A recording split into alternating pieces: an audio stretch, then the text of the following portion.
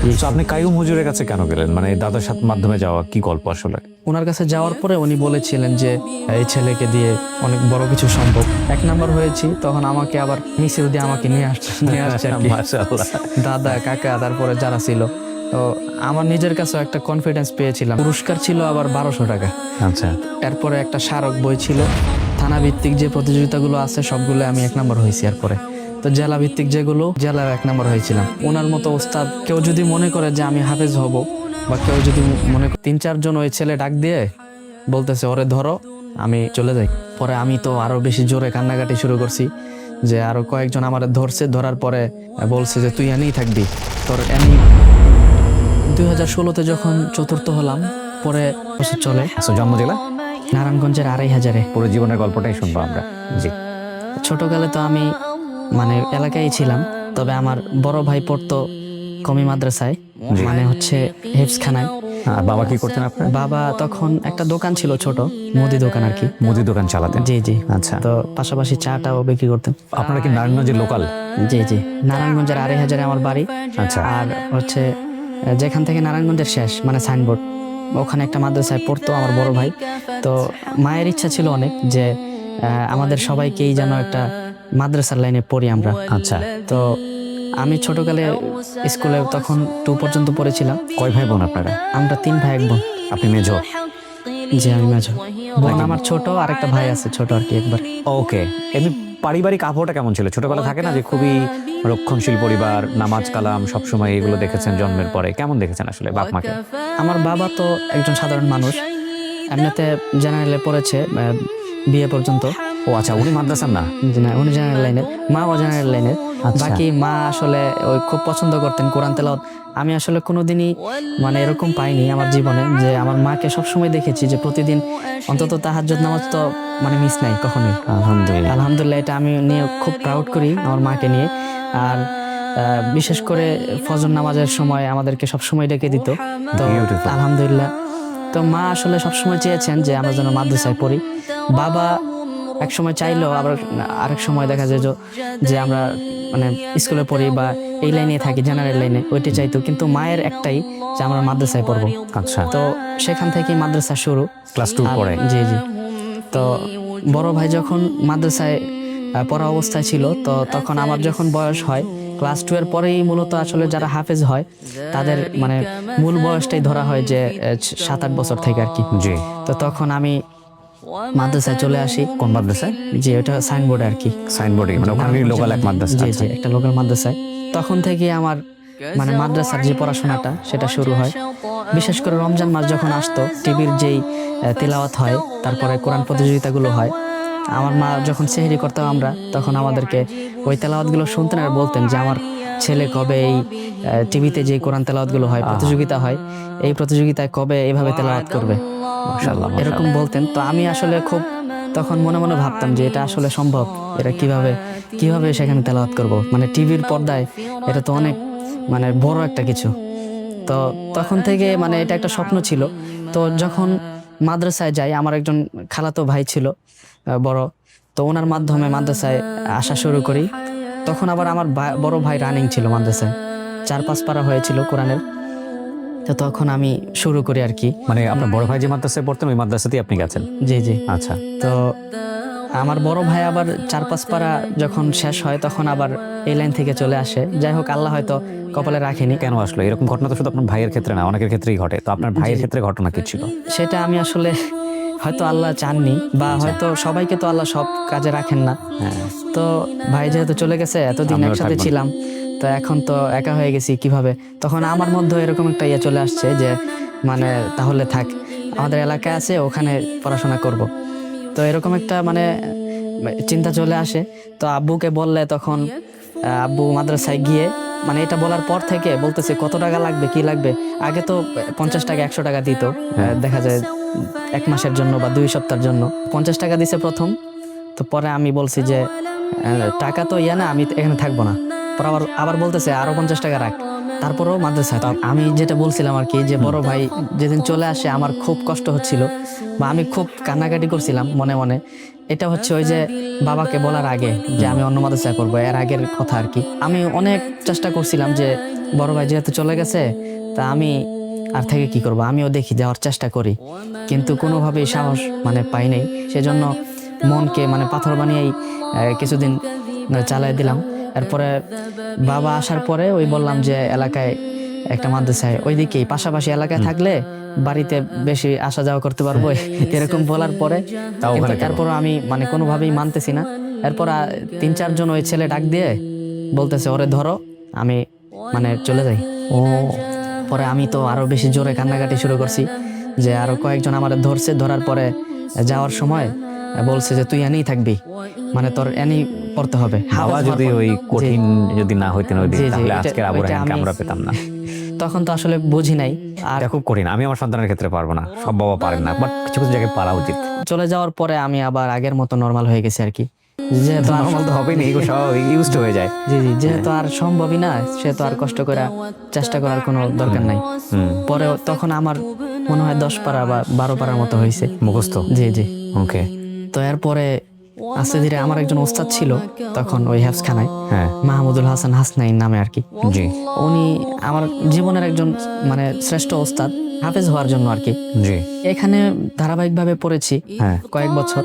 তারপরে হাফেজ হওয়ার কিছুদিন আগে ওই ওস্তাদটা আবার অন্য জায়গায় শিফট করে আর কি, মাদ্রাসায়। আচ্ছা। তো ওখানে আমি চলে গেছি যে আচ্ছা। হাফেজটা ওনার কাছে কমপ্লিট করি। ওকে। ওনার কাছে কমপ্লিট করার পরে এরপরে ওই আমাদের মুফতি আব্দুল কাইয়ুমুল্লাহ হাফিজাল্লাহ হুজুরের কাছে আসি। তো ওনার কাছে কিভাবে আসলেন? ওনার কাছে আসি হচ্ছে আমার মানে দাদার মাধ্যমে। মানে আপনি হাফেজ কমপ্লিট হয়ে তারপরে ওনার কাছে এসেছেন? জি জি। আচ্ছা, তো আমি একটু জানতে চাই যে মানে আপনার হিফজ করতে কতদিন লাগলো, মানে কত বছর লাগলো? 1.5 বছর লেগেছে মাত্র? He is super brilliant.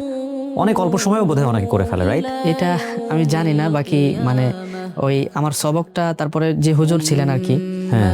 উনি মানে খুব এই বিষয়ে খুব ডিসিপ্লিন মেনটেন করতো আর কি। প্রতিদিন সবকটা একটা মানে কয় পৃষ্ঠা দিতে হবে, বাধ্যতামূলক ছিল জি, একদম। জি। উনি এই বিষয়টা নিয়ে খুব মানে ফিকির করতেন। ওনার মতো ওস্তাদ কেউ যদি মনে করে যে আমি হাফেজ হব, বা কেউ যদি মনে করেন যে মানে এতদিনে হাফেজ হব, ওইটা হুজুরের মাধ্যমেই বা উনি যেভাবে চিন্তা করবেন, আশা করি প্রতিনিয়ত এইভাবে একটা রুটিন সাজালে ওইভাবে হাফেজটা হওয়া যায় আর কি। মাত্র 1.5 বছরে 30 পারা কোরআনের হাফেজ। তখন আপনার বয়স কত যখন কমপ্লিট করলেন? 10 বছর চলে। মাত্র 10 বছর। মানে আপনি ক্লাস 2-তে থাকা অবস্থায় ওখানে গেছেন। তো আপনার পরে এরকম হয় চিন্তা হয়নি যে আমি ফিরে এসে এখন জেনারেল লাইনে পড়াশোনা করি, না করেছেন? এরপরে করেছিলাম মানে ওই টুকটাক আর কি, ক্লাস 5-6 এগুলা। ওকে। তো আপনি কাইয়ুম হুজুরের কাছে কেন গেলেন? মানে দাদার সাথে মাধ্যমে যাওয়া কি গল্প আসলে? ওনার কাছে গিয়েছিলাম। ওনার কাছে যাওয়ার পরে উনি বলেছিলেন যে এই ছেলেকে দিয়ে মানে অনেক বড় কিছু সম্ভব। আর তখন কোরআন তেলাওয়াত করেছিলাম। আর তখন আমাদের এলাকায় আশপাশে প্রতিযোগিতা হতো আর কি, ওই ছোটখাটো প্রতিযোগিতা, এলাকা ভিত্তিক। আচ্ছা। তখন আমাদের ওই সোনারগাঁ 12 নামে একটা জায়গা, সেখানে আলমদিনা একাডেমি একটা নামে একটা প্রতিযোগিতা হয়। আচ্ছা। তো সেখানে কোরআন তেলাওয়াতেও ফার্স্ট হয়েছিলাম, আর ইয়েতে সঙ্গীতে এগুলোতেও ফার্স্ট হয়েছিলাম আর কি। এই যে আপনার ভেতরে যে সুরটা তেলাওয়াতের, এটা কি আপনার খুবই ন্যাচারাল? মানে ছোটবেলা থেকেই আপনি এরকম? যে আমি যখন ওই হুজুরের কাছে ছিলাম মানে হেফজ পড়া অবস্থায়, তখন আমি টুকটাক ওই যখন অনুষ্ঠান হতো বা মাহফিল হতো, তখন আমাকে অনেকেই বলতো যে ওই আবু রায়হান আছে, ওকে দিয়ে সঙ্গীত মানে গাওয়ানোর জন্য।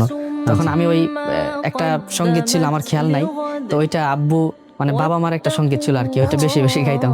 আচ্ছা। তো তেলাওয়াতও করতাম, প্রিপারেশন নিয়ে প্রতিযোগিতার জন্য গাওয়া ওরকম না, এমনি হয়তো অনেকে বলতো যে ওরে গজল গাওয়াইলে ভালো হবে এই সেই, আমাকে একটু সিলেক্ট করতো আর কি। মানে কণ্ঠ ভালো ছিল, সুতরাং সবার নজরে পড়তো। তো এই কণ্ঠ ভালো থাকার কারণে কি কাইয়ুম হুজুরের কাছে নিয়ে যাওয়া আপনাকে? হুজুর তো তখন এটা নিয়ে ওরকম কাজ করতো না। হ্যাঁ। বাকি আমি যখন যাই তখন হুজুর মানে অন্যরকম একটা কনফিডেন্স হয়তো পেয়েছিল, আমি জানি না। তো এরপর মানে আমার মাধ্যমেই শুরু করেছিলেন আর কি, যে বড় বড় গল্পটা আমি একটু শুনতে চাই। মানে আপনাকে কেন নিল? আপনারা তো হাফেজ হয়ে গেছেন, ওনার কাছে যাওয়ারই বা দরকারটা কি? হাফেজ হওয়ার পরে শোনানোর জন্য আর কি। ও, ওনাকে শোনানোর জন্য যে আমার আসলে কতটুকু কারেকশন লাগবে। ওনার ছিল হচ্ছে আমাদের এলাকার পাশেই ওই আল ইসলাহ একাডেমি নামে একটা মাদ্রাসা। হ্যাঁ। তো ওই মাদ্রাসায় গিয়েছিলাম ওই শোনানোর জন্য আর কি। ওনার যে শিক্ষক, হেফজখানার যে শিক্ষক ছিলেন ওনাদেরকে। তো ওখান থেকেই যে এলাকার যে প্রতিযোগিতাগুলো সেখানে অ্যাটেন্ড করি আর কি, ওখান থেকে। ওকে। জি জি। তো ওই যে আমি বলেছিলাম যে 12 যেই কোরআন প্রতিযোগিতাটা সেটা খুবই এলাকা ভিত্তিক, ছোট। জি। ওখানে গিয়ে যখন আমি 1 নাম্বার হয়েছি, তখন আমাকে আবার মিছিল দিয়ে আমাকে নিয়ে আসছে আর কি। মাশাআল্লাহ। দাদা, কাকা, তারপরে যারা ছিল, তো আমার নিজের কাছেও একটা কনফিডেন্স পেয়েছিলাম জীবনের প্রথম। তো এটা কত বছর বয়সে? 10-11 বছর বয়সে? জি জি, তখন এরকমই ছিল। পুরস্কার ছিল আবার 1200 টাকা। আচ্ছা। এরপরে একটা স্মারক বই ছিল, আর ওই মানে এলাকা ভিত্তিক যে ইয়েগুলো আর কি, পত্রিকাগুলো, ওই পত্রিকার মানে পত্রিকা আমার আসছিল, ছবি দিয়েছিল, হ্যাঁ। নাম দিয়েছিল। ওইটা দেখে তো আমি একদম মানে মানে জীবনের প্রথম এরকম একটা পত্রিকা আমার ছবি আসছে, লেখা আসছে, এটা নিজের ভিতরে বড় ভালো পাওয়া লাগা। আর কি হতে পারে। জি, ডেফিনেটলি। তো ওইটার পর থেকে আমি একটা কনফিডেন্স পেয়েছিলাম যে জীবনে হয়তো আরো প্রতিযোগিতা, কোরআন নিয়ে আরো এগিয়ে যাওয়া সম্ভব। ওকে, সো আপনাকে পথ দেখালেন মূলত কাইয়ুম হুজুর। জি জি, এখান থেকে। এরপরে কাইয়ুম হুজুর আপনাকে নিয়ে কি পরিকল্পনা করলেন, এটা একটু বলেন আমাদেরকে। এরপরে ওই বাংলাদেশে আরো অনেক প্রতিযোগিতা হয়, থানা ভিত্তিক, জেলা ভিত্তিক, বিভাগীয়, এরপরে জাতীয়, এরপরে তো ইন্টারন্যাশনালি আছেই। তো এরপরে থানা ভিত্তিক শুরু হলো আপনাকে নিয়ে। জি জি, থানা ভিত্তিক যে প্রতিযোগিতাগুলো আছে সবগুলো আমি 1 নাম্বার হয়েছি। এরপরে তো জেলা ভিত্তিক যেগুলো, হুফাজুল কোরআন নামে একটা প্রতিযোগিতা আছে, এখনো হয়। আচ্ছা। ওই জেলা ভিত্তিক যেটা, থানা পর্যায়ে সিলেক্ট হয়ে জেলাতে যাওয়ার পরে ওই জেলায় 1 নাম্বার হয়েছিলাম। এই যে 1 নাম্বার হচ্ছেন, ওখানে কি দেখে মূলত? কোরআন থেকে প্রশ্ন করে। আচ্ছা। কোরআনের প্রশ্নের এরপরে আরো কয়েকটা বিষয় আছে, তাজউইদ আছে, সুন্দর মাখরাজের সাথে, আচ্ছা। এটা সুন্দরভাবে উচ্চারণে ঠিক আছে কিনা, এরপরে সুর মানে সাউদ যেটা আর কি। তো এগুলো সব মিলে আর কি একটা নাম্বার হয়। ওটা শত শত প্রতিযোগীর মধ্যে ধাপে ধাপে রাউন্ড হয়ে 10 জন বাছাই করে, ওখান থেকে 5 জন হয়ে সেরা 5 হয়, এরকম 1 জন 2 জন 3 জন এরকম একজন র্যাঙ্কিং হয়। পরে আপনি থানা পর্যায়ে প্রথম হলেন, জেলা পর্যায়ে? জেলা পর্যায়ে প্রথম হয়েছিল। আচ্ছা। জেলা থেকে এরপরে বিভাগীয়তে আসি, বাইতুল মুকাররমে, ওইটা হয়তো বড় করে, ওইটা স্বর্ণপদক দিত, ওইটা 1 নাম্বার হয়েছিলাম। এরপর এটা কত সালের দিকে? ওইটা 2014 সালে। 2014 সালে আপনি বিভাগীয় পর্যায়ে 1 নাম্বার। ওকে, তারপর? এরপরে বিভাগীয় আরেকটা আছে, ইসলামিক ফাউন্ডেশনের মাধ্যমে হতো, ওইটার মধ্যে 2 নাম্বার হয়েছিলাম। আচ্ছা। হ্যাঁ, এরপরে এখন পুরোপুরি খেয়াল নাই। হ্যাঁ, বাকি জাতীয়তে 2 নম্বর ছিলাম হয়তো, সম্ভবত। আচ্ছা। এরপরে টিভির যে কম্পিটিশন গুলো, আর টিভি, হ্যাঁ, তারপরে এনটিভি, আরো অনেকগুলো টিভি আছে, সবগুলো টিভিতেই কম্পিটিশন করেছিলাম, প্রতিযোগিতা, কিন্তু কোন টিভিতেই সিলেক্ট হয় নাই। কোন টেলিভিশন সিলেক্ট হয় নাই। পরে আর টিভিতে শেষমেশ মানে যখন আশা হারাই ফেলছি যে এবছর হয়তো 2015 সালের কথা। আচ্ছা। 14 সালে তো কোনোটাই চান্স পাই নাই। হ্যাঁ। মোহনা টিভির একটা প্রতিযোগিতা হতো ওই ইয়াতে, তো ওই বছর মনে হয় শুরু করেছিল কিনা জানি না, সিলেটে হচ্ছে এটার একটা বাছাই পর্ব ঠিক করেছিল আর কি। তো শুধুমাত্র আমি আর হুজুর আর কি একসাথে মানে বাসে করে সিলেটে গেছি, এটা শুধুমাত্র একটু সিলেক্ট হওয়ার জন্য। তো অনেক কষ্ট মষ্ট করে যাওয়ার পরে সিলেক্ট হলাম। সিলেক্ট হওয়ার পরে মানে যখন মানে সময় চলে আসছে ওই টিভিতে রাউন্ডগুলো করার, তখন শুনি যে এটা আর হবে না আর কি। তো কোনো টিভিতেই হয় নাই ওই 14 সালে। পরে 15 সালেও কোনো টিভিতেই হয় নাই, অনেক চেষ্টা করলাম। তারপর আর টিভিতে যখন শেষ দিন, ওই দিন অনেক চেষ্টা করে কোনোভাবে আর কি সিলেক্ট হয়েছে টিভির জন্য। যখন টিভির রাউন্ড আসে আস্তে আস্তে মানে এগোতে থাকি আর কি। তো একটা জায়গায় কনফিডেন্স পেয়েছিলাম যে বাংলাদেশের একজন প্রখ্যাত কারি, শায়েখ কারি আহমদ বিন ইউসুফ আল আজহারি, উনি হচ্ছে এটার প্রধান বিচারক। সেখানে আমার শুরু থেকেই উনি মানে আমার তেলাওয়াতের প্রশংসা করছিল আর কি, যে এই ছেলে আশা করি 1 নাম্বার হবে, এরকম একটা বিষয়। টিভির সেটে যারা সবাই ছিল, সবাই মানে আমি যখন তেলাওয়াত করতাম তো সবাই আমাকে একটা মানে অন্যরকম একটা দিত আর কি, মানে কমেন্ট করতো যে 1 নাম্বার হবই। তো সেখান থেকে আমি আলাদা একটা কনফিডেন্স পেতাম। এক এক করে টিভির, আপনি হয়তো জানেন কিনা, টিভির রাউন্ডগুলো অনেক রাউন্ড হয়, মানে প্রতিদিন একটা একটা করে রাউন্ড হইতেই থাকে। তো একটা বাদ পড়া মানে ওখান থেকে আউট হয়ে যাওয়া আর কি। তো প্রতিদিন এক এক রাউন্ড করে এগোতে থাকলাম, কিন্তু মাঝে মাঝে মনে হতো যে এই যেন মানে চলে গেলাম আর কি, আউট হয়ে গেলাম। এক এক রাউন্ডে দেখা যায় এক এক রকম প্রশ্ন, দেখা যায় কখনো কখনো আয়াতের আগের আয়াত থেকে পড়তে হবে, কখনো একটা মুতাশাবিহাতের আয়াত থাকে, একই আয়াত মানে 5টা 10টা থাকে, তো এরকম বলতে হয়।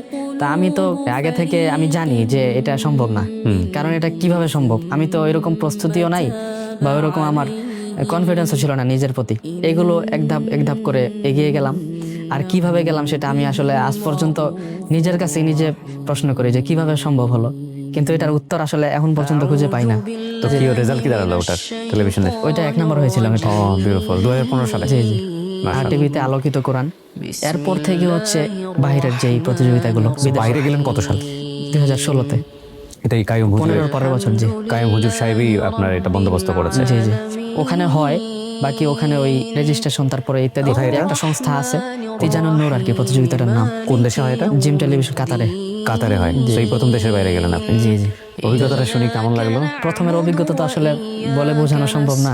একটু ভয়ে ছিলাম কিভাবে বিদেশের মাটিতে ভালো রেজাল্ট করব, মানে পর্যাপ্ত পরিমাণ প্রস্তুতি দরকার আছে। তারপরে কিভাবে বিচারকরা নাম্বার দিবে, আর বাংলাদেশের নাম কিভাবে উজ্জ্বল করব, দেশের একটা সুনাম সেটা কিভাবে ধরে রাখতে পারবো। তো এই সব টেনশনে আসলে প্রথমবার আসলে কি 1 নাম্বার হতে পারবো, কিন্তু এই সব টেনশনে সবই ভুলে গিয়েছিলাম আর কি। তো ওই বছর 1 নাম্বার হতে পারি নাই, 4 নাম্বার হয়েছিলাম আর কি। সো ওখানে গিয়ে আপনি যাদেরকে দেখলেন পার্টিসিপেন্ট হিসেবে, ওরা কেমন, বা যারা জাজে থাকেন ওরা কেমন আমাদের দেশের তুলনায়?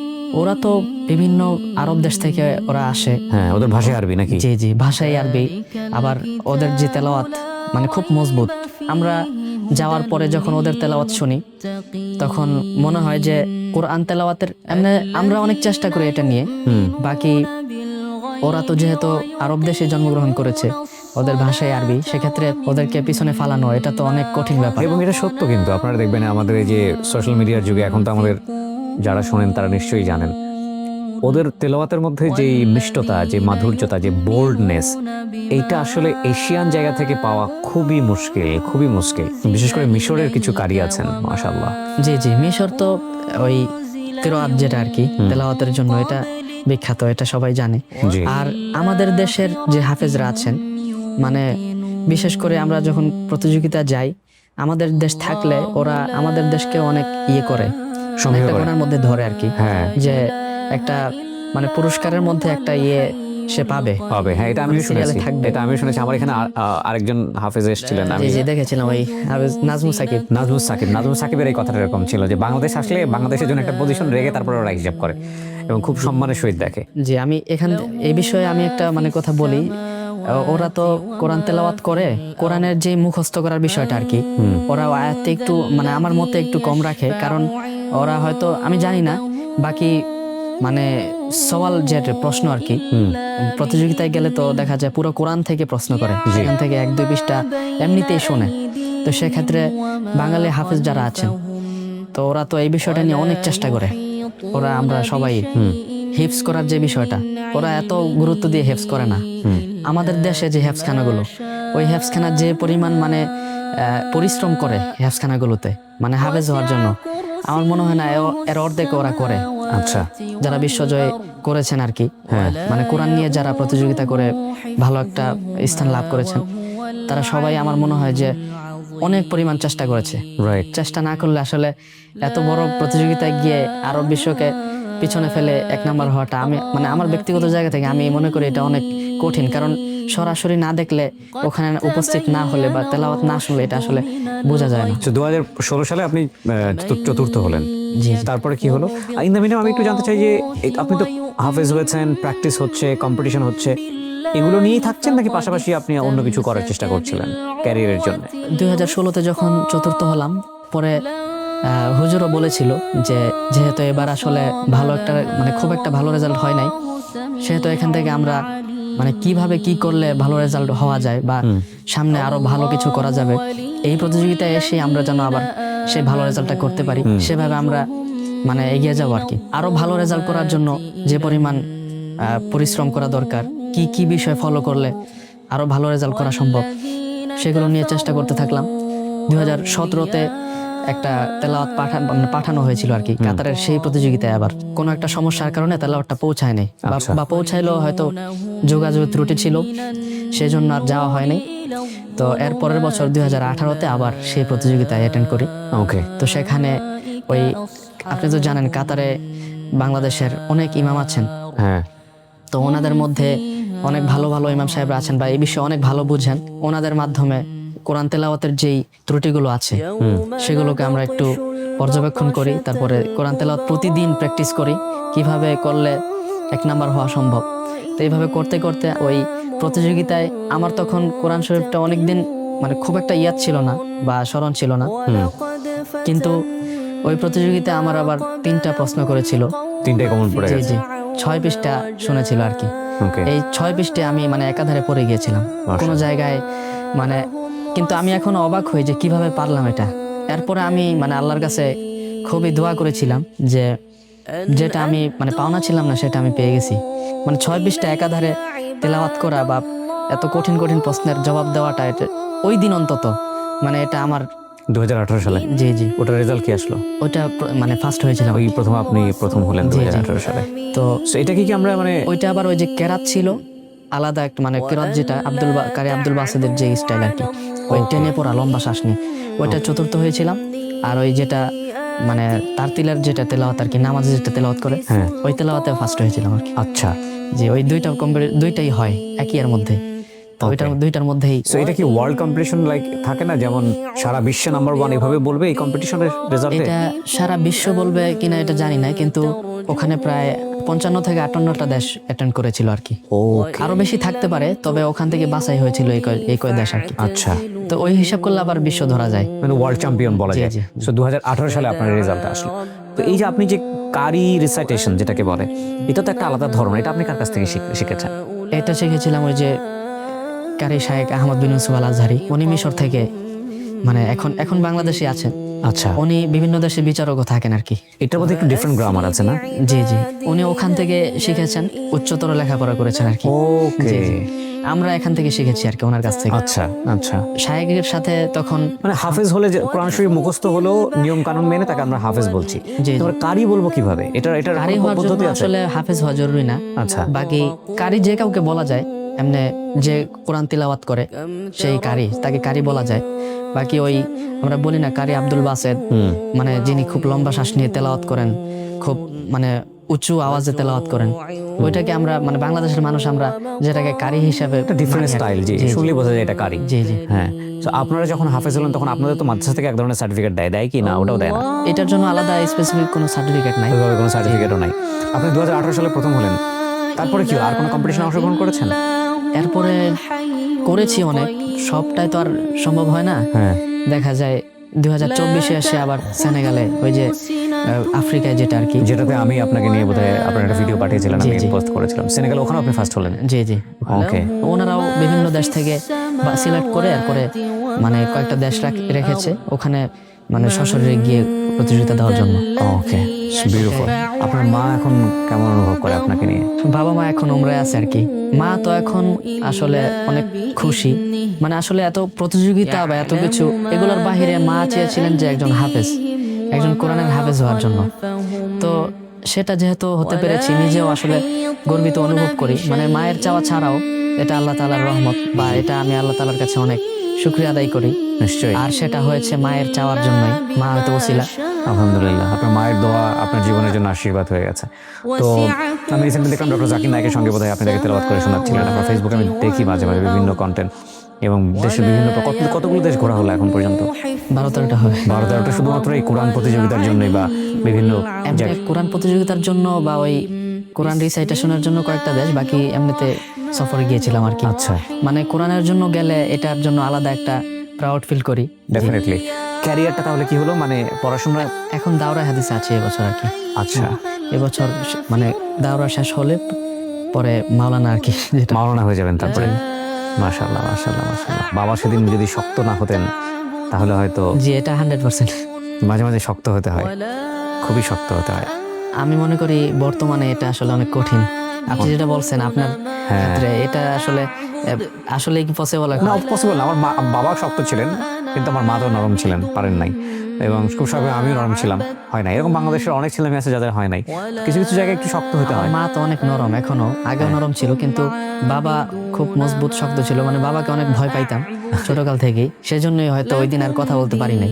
তো বাবার এই শাসনের কারণেই সেদিন হয়তো মানে হাফেজ হওয়ার যে ইয়েটা সেটা পূরণ। আপনার কি পরিবার হয়েছে?